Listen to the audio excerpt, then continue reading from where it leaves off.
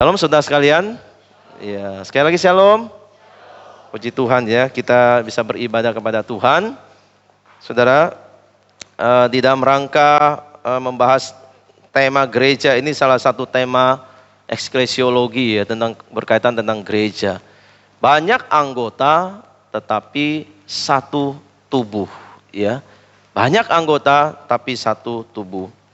Suatu ketika saudara, satu tubuh ini sudah bekerja begitu keras ya, bekerja begitu berat dari pagi sampai malam. Ada timbul perdebatan di antara semua anggota tubuh nih. Siapa yang berjasa? Siapa yang paling dominan, paling utama gitu.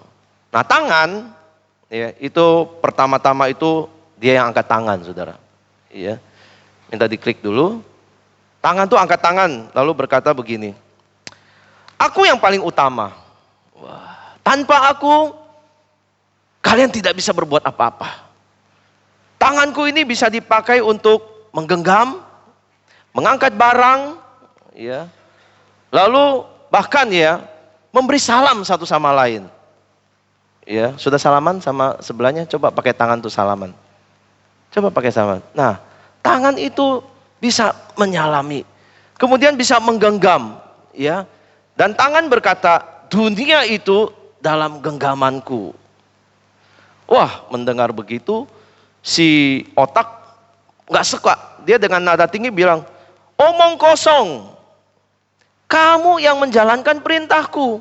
Kalau tidak diperintahkan, kamu tidak bisa jalan. Tanpa aku, tanganmu akan bergerak tanpa arah.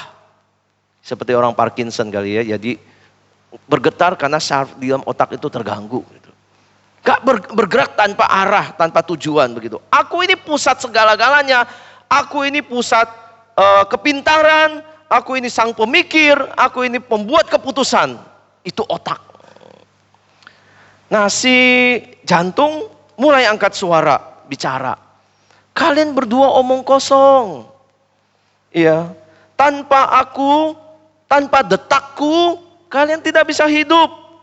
Aku yang memastikan, yang berdetak supaya kalian semua bisa tetap hidup. Ya, di luar aku kalian tidak bisa apa-apa, kalian akan mati semuanya. Jadi aku ini adalah sumber kehidupan, kata si jantung. Kemudian si lidah nggak mau kalah. Lidah berkata, kalian semua membosankan. Kalian tidak bisa merasakan apa-apa. Aku yang memberi rasa nikmat dalam hidup ini. Makanan. Aku memberikan kata-kata yang indah untuk menghibur orang. Aku menyampaikan sesuatu hiburan membuat orang tertawa. Tanpa aku, kata lidah, hidup kalian hambar, nggak ada rasa. Sudah perseteruan terjadi terus ya. Dan dampak dari perseteruan itu mulai terasa. Tubuhnya mulai lemas dan letih, saudara. Lesu. Kenapa? Tangan udah malas kerja. Otak itu karena saking panasnya dia juga udah fungsi-fungsi yang vitalnya juga nggak berjalan lagi dengan baik. Lalu jantung itu udah mulai berasa, aduh, detaknya udah nggak mulai karuan karena terlalu fokus untuk berdebat. Ya. Dan saudara sekalian juga lidah itu mulai keluh karena terlalu sering ribut dan berdebat. Akhirnya gak ada rasa nikmat lagi, gak nafsu makan. Pelan-pelan tubuh mulai tidak berdaya, mulai sakit, mulai terbaring, tidak berdaya. Dan dalam keadaan itu mereka baru menyadari kebodohan mereka. Yang saling meninggikan diri dan merendahkan yang lain. Padahal mereka saling membutuhkan satu sama lain. Sudah hal seperti ini, kondisi seperti ini sering kali terjadi di dalam kalangan umat Tuhan, di dalam gereja Tuhan. Baik perseteruan besar, perseteruan kecil, gesekan besar maupun gesekan kecil, ada dan terus terjadi di dalam gereja. Ada orang-orang tertentu selalu merasa dirinya lebih utama. Ada orang lain merasa dirinya direndahkan. Ada orang merasa ada pembedaan-pembedaan di dalam gereja. Saudara, apakah itu memang yang Tuhan inginkan ketika menyatukan orang-orang dari berbagai daerah suku bangsa itu? Tidak, saudara. Firman Tuhan itu mengingatkan kita, saudara sekalian. Ya, di dalam 1 Korintus pasal 12, ayat 12, 13. Firman Tuhan katakan, karena sama seperti tubuh itu satu, dan anggota-anggotanya banyak, dan segala anggota itu sekalipun banyak, merupakan satu tubuh. Demikian pula Kristus. Sebab di dalam satu roh kita semua, baik orang Yahudi maupun orang Yunani, baik budak maupun orang merdeka, telah dibaptis menjadi satu tubuh, dan kita semua diberi minum dari satu roh. Saudara sekalian, dari ayat ini, ya, banyak anggota tapi satu tubuh. Apa yang Tuhan mau kita kerjakan? Apa yang Tuhan mau ajarkan untuk kita gereja, baik dari zaman dulu maupun sampai hari ini? Sudah perhatikan baik-baik bahwa banyak anggota yang ada di dalam gereja itu adalah kehendak Tuhan. Ya. Di ayat 18 situ lebih jelas. Tetapi Allah telah memberikan kepada anggota masing-masing secara khusus tempat pada tubuh seperti yang dikehendakinya. Tubuh itu banyak anggotanya, dan itu seperti yang Tuhan kehendakinya. Ada banyak anggota, ada banyak peran. Satu anggota punya satu peran minimal, dan itu seperti yang Tuhan kehendaki. Ini terjadi di dalam jemaat di Korintus. Saudara lihat, Korintus itu pusat kota yang besar, pusat perdagangan. Ya, jadi dihuni oleh orang-orang yang dari berbagai suku etnis, budaya yang berbeda. Kira-kira mirip seperti Jakarta. Ya, Jakarta ini ada orang-orang asing dari luar tinggal di Jakarta. Kemudian ada banyak pelosok-pelosok daerah yang mereka merantau ke Jakarta, mereka tinggal di sini, mereka bisnis, mereka kerja di Jakarta. Jadi sangat-sangat beragam itu gereja di Korintus seperti itu. Ya, disebutkan oleh Paulus ada status, misalnya ada suku bangsa Yahudi dan Yunani. Ada status yang kaya dan miskin. Ada juga status sosialnya orang merdeka dan orang budak, ya, di dalam jemaat Korintus itu. Nah, saudara, Paulus sadar benar bahwa yang namanya umat Tuhan itu memang tidak hanya suku Yahudi, bangsa Yahudi saja. Yang namanya umat Tuhan itu adalah dari seluruh bangsa. Paulus mengerti itu karena Paulus sendiri dipanggil Tuhan untuk pergi memberitakan Injil kepada orang-orang yang non-Yahudi. Jadi dia tahu bahwa namanya gereja Tuhan pasti beragam. Dan karena beragamnya orang itu juga mewakili beragamnya peran yang ada di dalam gereja. Dan rupanya saudara, keberagaman itu seringkali bukan menyatukan. Ya, lebih yang fakta yang terjadi lebih sering itu adalah terpecah. Terpecah-pecah. Nah, Paulus nggak mau jemaat Tuhan itu seperti itu. Karena apa? Karena ini satu tubuh. Paulus mau jemaat itu tidak pecah, hidupnya harmonis, hidupnya tidak berkonflik. Karena satu tubuh, saudara sekalian. Ya. Seperti tubuh, dia pakai analogi seperti tubuh manusia. Untuk mengajar jemaat itu jangan pecah-pecah, jangan terpisah-pisah, jangan terjadi perseteruan. Banyak anggota ini kehendak Tuhan, banyak peran ini Tuhan berikan kepada semua anggotanya. Dan satu tubuh itu dia katakan, ya, seperti satu tubuh ini itu terdiri dari banyak anggota tubuh dan banyak organ, dan masing-masing punya peran yang berbeda. Semuanya ini terikat jadi satu, gak terpisah, saudara. Semua melakukan pun itu dalam satu kebersamaan, keharmonisan. Untuk satu aktivitas kecil saja itu butuh beberapa peran di situ. Misalnya kalau saya mau minum, ya, udah ngomong begini misalnya, kering kan, saya mau minum misalnya, saya udah siapin minum di sini. Kalau saya mau minum aja, saya harus melangkah mendekati minuman itu kan. Kaki saya harus berjalan, anggota kaki ini. Kemudian anggota tangan saya harus ambil, harus dibuka anggotanya. Lalu begini saja sudah bisa menghilangkan haus? Nggak bisa. Mulut saya harus bisa buka untuk menerima air, untuk bisa minum. Ya, harus buka, harus terima, harus minum. Belum lagi kita bicara Makanan yang masuk, minuman yang masuk itu di dalam tubuh itu masih ada proses lagi. Ada lambung, ada usus dan sebagainya. Itu sudah lihat ya, untuk satu aktivitas kecil mau minum saja, saudara, kita butuh peran anggota yang cukup banyak dan perannya beda-beda satu sama lain. Apalagi kita bicara tubuh Kristus yang besar. Pekerjaan Tuhan yang besar di dalam gereja. Pernah nggak kita pikir, kenapa Tuhan berikan tempat yang berbeda-beda untuk tiap-tiap orang? Untuk apa? Tiap-tiap orang diberikan tempat yang khusus. Gereja Tuhan itu gereja yang hidup. Gereja yang beraktivitas. Gereja yang mengerjakan pekerjaan Tuhan. Pekerjaan Tuhan besar. Tuhan bilang pergi ke seluruh dunia beritakan Injil. Lakukan pemuritan, pembinaan untuk pertumbuhan rohani. Bawa orang kepada Kristus, mengenal Kristus, menjadi murid Kristus yang sehat. Sebenarnya begitu pekerjaan kecil itu pekerjaan besar sampai ke seluruh dunia. Dan satu anggota tidak mungkin bisa mengerjakannya. Satu peran tidak memadai untuk membangun tubuh Kristus. Menghadirkan kerajaan Allah sebagai anggota tubuh Kristus. Tidak akan cukup.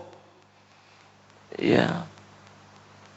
Maka kita perlu menyadari bahwa sebagai bagian dari komunitas ini, baik laki-laki maupun wanita, baik orang yang punya status ekonomi tinggi, orang kaya ataupun orang biasa sederhana, mau yang dari suku apapun, suku Tionghoa misalnya di sini, suku Nias, suku Batak, suku Jawa, suku Sunda, semua punya tempatnya masing-masing. Itu kehendak Tuhan. Bahwa gereja itu adalah terdiri dari seluruh suku yang ada, yang bisa ditampung. Dan setiap itu mewakili satu peran yang sudah diatur oleh Tuhan. Jadi ibarat puzzle, saudara. Ibarat puzzle.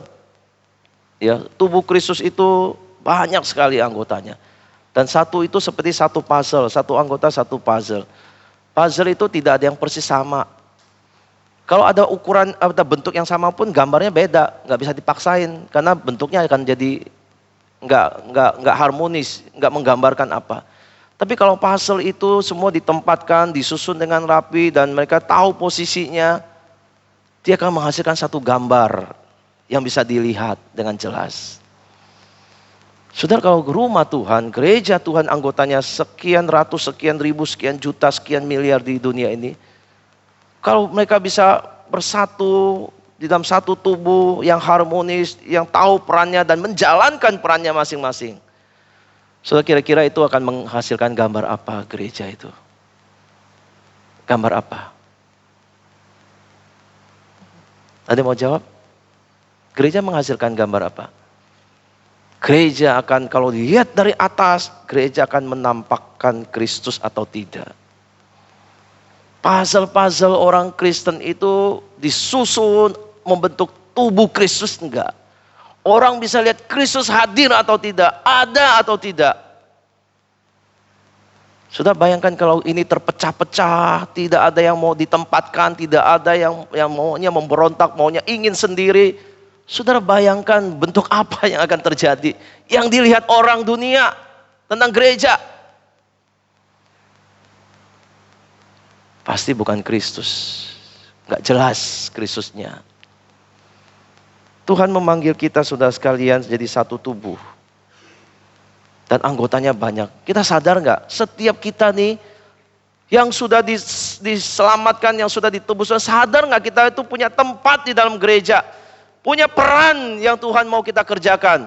Saudara yang kalau terima Roh Kudus, saudara percaya Tuhan, terima Roh Kudus, sudah pasti dikasih karunia oleh Roh Kudus. Karunia Roh Kudus begitu banyak, saudara pasti punya salah satunya. Dan saudara sadar nggak itu mau dipakai Tuhan, harus menjadi peran yang aktif, bukan yang pasif. Saya nggak tahu saudara jadi orang Kristen datang hanya ibadah, pulang selesai, saudara. Saudara bayangkan ya, kalau tubuh Kristus itu tidak berperan, begitu pasifnya, apa yang terjadi pada tubuh? Stroke, saudara. Karena ada yang gak mau berperan, ada yang gak mau berfungsi. lumpuh dia, tidak bisa berkembang dia. Kalau saya bilang, saya jadi jemaat aja deh, saya nggak mau pelayanan, yang penting saya datang ibadah setiap minggu. Terus yang lain juga ngomong begitu, yang lain ngomong begitu. 100 orang ngomong begitu. Pertanyaannya, gereja bergerak gak? Gereja berkembang gak? Gak. Mati gereja. Stroke, lumpuh. Karena tidak ada yang mengerjakannya. Tidak ada keaktifan, tidak ada kehidupan di sana. Tapi saudara bayangkan kalau semua orang yang sudah diselamatkan sadar, Tuhan berikan dia karunia untuk dia pakai, lalu semua pakai. Sudah lihat apa yang terjadi? Itu bertumbuh. Karena semua bergerak, semua bekerja, semua melayani, akan terjadi pertumbuhan.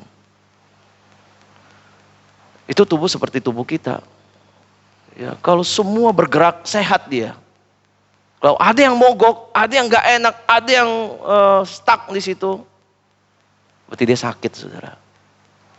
Mari saudara sekalian sebagai anak-anak Tuhan, yang saudara sudah percaya Tuhan dan menerima Roh Kudus itu, mari saudara lakukan peran saudara dengan baik. Ya, kalau saudara diberikan satu karunia Tuhan untuk melayani, melayanilah. Jalani peran itu. Sekecil apapun peran saudara, saudara tetap bagian anggota yang berfungsi. Yang berfungsi, saudara. Jangan pasif. Harus berfungsi, harus bergerak, harus melakukan pekerjaan Tuhan. Saudara, hari ini gereja terbuka sekali untuk memberikan pelayanan kepada saudara seluas-luasnya. Ya, ambil bagian itu, ambil.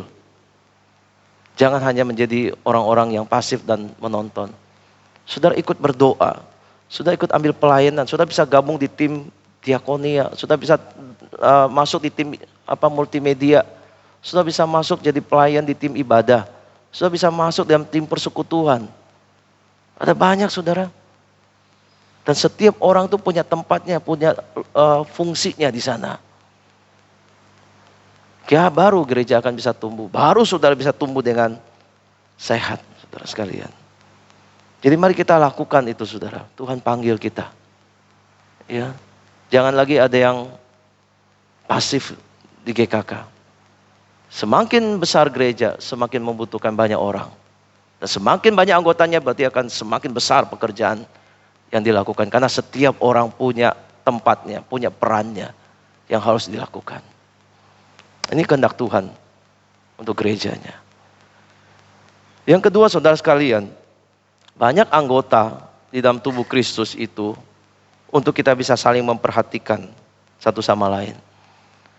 Di 1 Korintus 12 ayat 24 dikatakan, Allah telah menyusun tubuh kita begitu rupa sehingga kepada anggota-anggota yang tidak mulia diberikan tempat penghormatan khusus, supaya jangan ada terjadi perpecahan dalam tubuh, tetapi supaya anggota-anggota yang berbeda itu saling memperhatikan atau peduli, ya terjemahan dari bahasa Inggrisnya.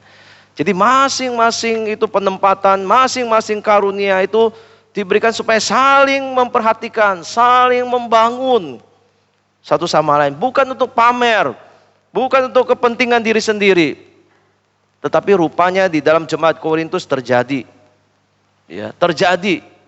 Orang yang punya karunia lebih menganggap dirinya paling utama. Karunianya dibedakan, ada level yang tinggi, ada yang level yang rendah. Ya. Padahal Tuhan katakan semua itu satu. Kamu perhatikan di ayat berikutnya misalnya. Di ayat 4 pasal 12 1 Korintus. Ada rupa-rupa karunia tetapi satu roh. Dan ada rupa-rupa pelayanan tapi satu Tuhan. Dan ada berbagai-bagai perbuatan ajaib tetapi Allah adalah satu yang mengerjakan semuanya dalam semua orang. Ayat 27 perhatikan, tetapi kepada tiap-tiap orang dikaruniakan penyataan roh untuk kepentingan bersama. Untuk kepentingan bersama. Saudara jangan kira bahwa kita diberikan kemampuan untuk melayani, itu bukan hanya untuk perkembangan diri saja, tapi ternyata itu juga dipakai dan memang harus dipakai untuk kepentingan bersama. Itu karunia tujuannya seperti itu. Bukan untuk membangun diri, tapi membangun tubuh Kristus. Meskipun diri kita juga dibangun di situ bersamaan. Karunia berkata-kata dengan hikmat. Ini Paulus sebutkan. Untuk apa? Hikmat berkata-kata untuk menguatkan orang lain. Untuk memberi nasihat kepada orang lain. Ada lagi karunia pengetahuan. Untuk apa? Untuk membangun, mendidik orang lain. Ada lagi karunia untuk melakukan mujizat. Untuk apa itu? Bukan untuk membuat diri kita sembuh, tapi untuk menolong orang kesusahan dan menyembuhkan orang. Ya, ada banyak karunia yang Tuhan berikan untuk melayani, bukan untuk diri sendiri, tapi untuk orang lain. Namun orang lupa, saudara. Orang pikir karunia ini diberikan untuk dirinya sendiri, supaya bisa pamer, semua fokus pada diri, dan lupa bahwa dia itu adalah satu tubuh, dan dia adalah anggota tubuh Kristus. Orang-orang Yahudi juga begitu, saudara. Merasa diri istimewa karena umat Tuhan. Orang Yunani pikir dia paling pintar, paling berhikmat. Dia cari hikmat. Ya, belum lagi orang merdeka merasa saya orang merdeka, keturunan orang merdeka. Jadi semua menganggap dirinya sangat-sangat spesial. Tapi tidak memperhatikan orang lain, saudara-saudara. Bahayanya begitu. Karunia diberikan, tapi semua untuk menonjolkan diri. Tidak ada kerendahan hati. Ini bahaya. Gereja pasti pecah. Orang pasti akan meninggalkan gereja. Karena orang merasa tidak ada harmonisasi di dalam gereja. Memecah tubuh Kristus yang sudah disusun. Sudah ditempatkan Tuhan begitu baik, begitu indah, membentuk satu susunan struktur yang baik.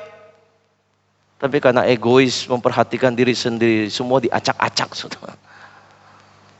Semua menonjolkan dirinya sendiri.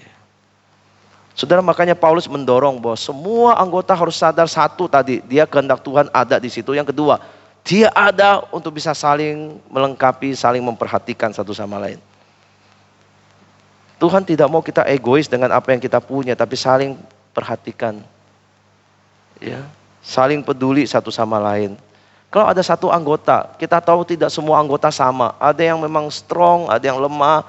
Ada yang pelayanannya memang sepertinya punya posisi yang agak di depan begini dilihat orang. Ada yang di belakang layar yang tidak dilihat orang. Kita tidak bisa bilang saya nggak butuh yang di belakang. Karena nggak penting, nggak kelihatan. Ya, saya nggak perlu pelayanan yang itu tuh kayaknya nggak usah juga nggak apa-apa. Karena kayaknya nggak signifikan. Begitu. Tapi Alkitab ngomong beda, saudara sekalian. Ya, di ayat 22 tuh beda. Tuhan bilang, malahan justru anggota-anggota tubuh yang nampaknya paling lemah, yang paling dibutuhkan. Dan kepada anggota-anggota tubuh yang menurut pemandangan kita kurang terhormat, kita beri penghormatan khusus. Dan terhadap anggota-anggota kita yang tidak elok, kita beri perhatian khusus. Saudara, di dalam seminar workshop yang minggu lalu, kalau saudara ikut, ya hari ini yang terakhir, hari terakhir. Saudara, pembicaranya menyinggung misalnya seperti Asher yang ada di depan. Ya, Asher tuh sepertinya tempat-tempat orang yang gak punya karunia nyanyi, makanya pelayanannya Asher, misalnya gitu ya. Gak bisa main musik, jadinya Asher gitu. Jadi kayak ini apa sih? Tempat-tempat, udahlah pokoknya ini bisa banyak. Karena kelihatannya gampang ya. Asher cuma salam-salaman, cuma bagi-bagi amplop persembahan, ya, salam-salam, senyum-senyum. Tetapi dia bilang begini loh, jangan meremehkan pelayanan Asher itu. Jangan. Ya, jangan menganggap remeh. Ternyata itu dia bilang itu menunjukkan wajah Kristus waktu sudah pelayanan. Orang datang dengan satu beban berat di hati, tapi betul masuk ke gereja melihat saudara senyum dengan otentik ya maksudnya ya. Bukan senyum yang dibuat, senyum yang otentik, sukacita yang menyambut orang. Orang melihat dia seperti menampilkan wajah Kristus yang ramah, menyambut siapa aja, gak peduli sukunya, gak peduli dia pakaiannya pakai jas atau cuma pakai kaos. Dia pakai sepatu pantofel yang bagus atau cuma pakai sepatu kets yang murah, gak peduli. Dia bisa tampil dengan baik, menyambut. Wah, itu menampilkan wajah Kristus katanya. Jadi saudara yang ada di Aser, jangan pernah melihat itu pelayanan yang kecil dan tidak pengaruh, yang tidak berdampak. Justru yang kecil itu kata Tuhan, itu harus diberi penghormatan khusus. Setuju yang Aser? Ya. Jadi kita yang bisa WL, yang bisa musik, gak boleh melihat itu sebagai pelayanan yang kecil dan gak ada artinya. Mari kita buang pikiran yang demikian, saudara. Karena semua orang Tuhan tempatkan. Kamu punya musik, dikasih Tuhan musik, kamu pelayanan musik dengan baik. Kamu dikasih suara yang bagus, nyanyi dengan baik, kamu tampil untuk pimpin orang, semua dengan kerendahan hati dan saling memperhatikan.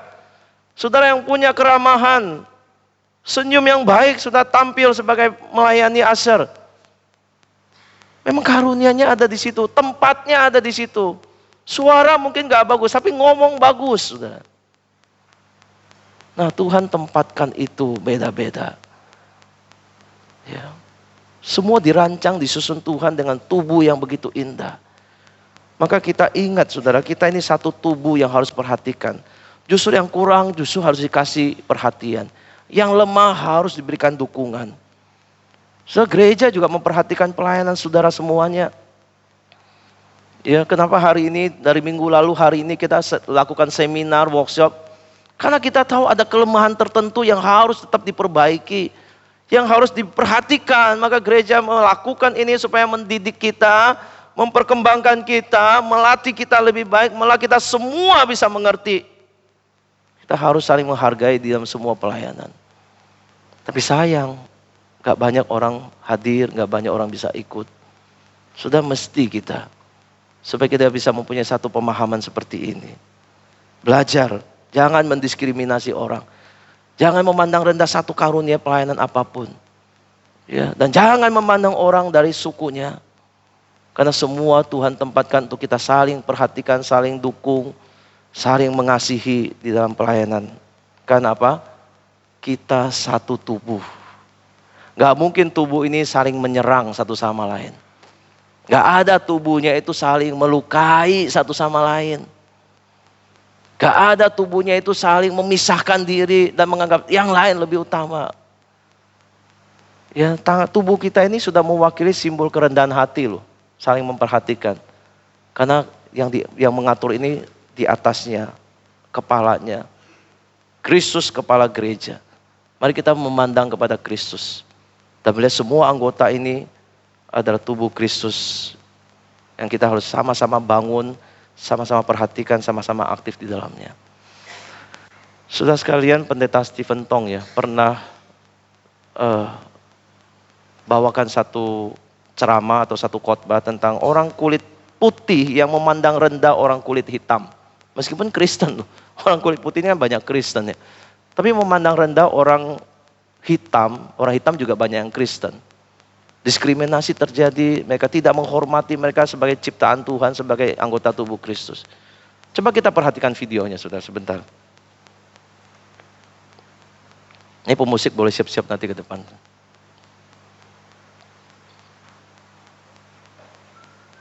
Dalam 80 tahun yang lalu, orang putih menganiaya orang hitam. Bahkan menentukan lagu orang hitam tidak boleh pakai nada dari putih. Sekarang saya main di piano. Saudara lihatkan tangan saya di atas piano.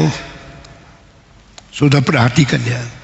Waktu saya tabuh, tangan saya tidak boleh kena yang putih, hanya boleh kena yang hitam. Nah, ini diskriminasi. Ini sesuatu ketidakadilan karena sangat menghina orang hitam. Orang hitam tidak boleh pegang yang putih. Orang hitam hanya boleh pegang yang hitam. Akhirnya mereka terpaksa. Tak berani sentuh yang putih. Saya tayangkan di atas. Bisa lihat. Tangan saya kalau kena putih, ini melanggar hukum. Semua boleh. Yang boleh cuma yang hitam. Karena engkau negro. Tahu enggak? Negro hanya boleh pegang yang hitam. Wah, susah. Bikin lagu, tak boleh sentuh yang putih. Akhirnya mereka terpaksa. Ada satu orang Kristen, dia membuat lagu. Dia minta, Tuhan tolong, saya tidak bisa pegang yang putih, saya harus sama pegang yang hitam. Akhirnya dia bikin satu lagu yang kita semua tahu.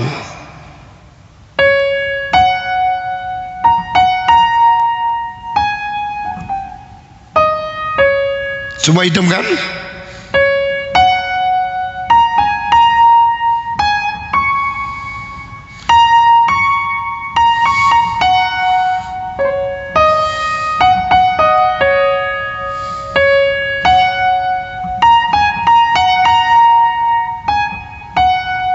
Coba lihat, kasihan tidak? Hak orang hitam hanya boleh pakai hitam. Musik pun diperalat menjadi penganiayaan. Musik pun diperalat menjadi pelecehan, menjadi satu penghinaan sama orang yang tidak putih. Tapi saudara-saudara, akhirnya lagu ini lebih terkenal dari banyak lagu orang putih. Di dalam karangan Kristen semua mengenai anugerah Tuhan yang besar. Amazing grace, how sweet the sound. Itu namanya negro spiritual. Saudara-saudara, di dalam musik banyak hal yang boleh saya katakan. Ya saudara, gereja pernah memandang rendah orang-orang kulit hitam. Apa yang mereka pikir, ini nggak penting, nggak perlu ada juga apa-apa. Tetapi apa yang kecil, apa yang dianggap rendah, ternyata sampai hari ini memberi dampak yang luar biasa. Maka sebagai tubuh Kristus yang berbeda-beda ini, kemampuannya berbeda, sukunya berbeda, mari saling peduli, saling memperhatikan, ya, saling menyatakan kasih. Jangan menolak siapapun, saudara. Jangan memandang rendah siapapun. Kalau kita menolak satu anggota tubuh Kristus saja, itu arti kita menolak Tuhan sebagai tubuh Kristusnya, sebagai kepalanya. Saudara. Kita bertanggung jawab kepada Tuhan. Jadi mari sekarang mulai kita saling memperhatikan. Kalau ada yang lemah, kita dukung dengan kuat. Ya, kalau ada yang kesulitan pelayanan, berikan dia semangat. Kalau ada yang susah, hiburkan dia. Sebagai anggota tubuh, kalau yang perlu dicari-cari dia, berikan perhatian kepada dia. Mari sama-sama kita mendukung untuk bisa melayani Tuhan bersama-sama, bergandengan tangan. Kalau semua sekali lagi mau melayani Tuhan, itu terjadi pertumbuhan yang luar biasa. Kiranya Tuhan memberkati setiap kita, saudara. Ya, mulai hari ini kita giat melayani dan kita bersama-sama bertumbuh sebagai tubuh Kristus yang sudah Tuhan satukan ini. Saya mengajak kita nyanyikan satu lagu respon, ya, untuk menutup firman Tuhan ini. Sebagai saudara seiman, mari kita naikkan pujian ini